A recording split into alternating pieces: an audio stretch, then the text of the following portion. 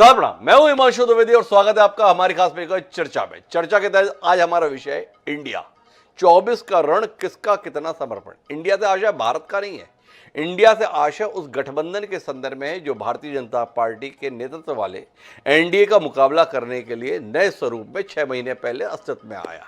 नीतीश कुमार ने शुरुआत में पहल की, बाद में कांग्रेस ने इसको टेक ओवर कर लिया मानो, और इसके साथ में 3 बैठकें पिछले दिनों हो चुकी, चौथी बैठक कल हुई।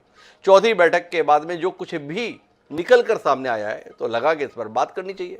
28 दल शामिल हैं इसमें। हालांकि सीटों की दृष्टि से बात करें तो अधिकांश दलों के पास में 2, 4, 5 सीटें हैं, कुछ के पास में कोई भी सीट नहीं है, लेकिन वो गठबंधन का महत्वपूर्ण हिस्सा तो है। अब महत्वपूर्ण जो बात इससे भी ज्यादा है वो ये है कि जब भी बैठक होती है तो दावे तो बढ़ चढ़कर होते हैं, पर कुल मिलाकर 2.5 कोस तो दूर की बात है, 2.5 कदम भी आगे बढ़ते हो ऐसा दिखाई नहीं देता।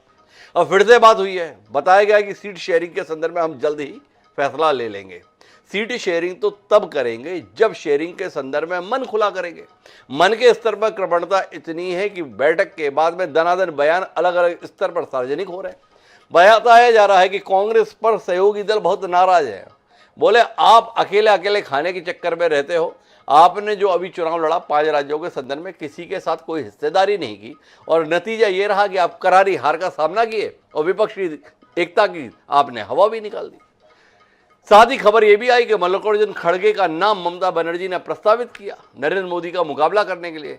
खड़गे जी ने पत्रकार वार्ता में कह दिया, भाई नाम वाम तब तय कर लेना जब पहले जीत लो, अगर जीतोगे ही नहीं तो नाम रख के करोगे क्या।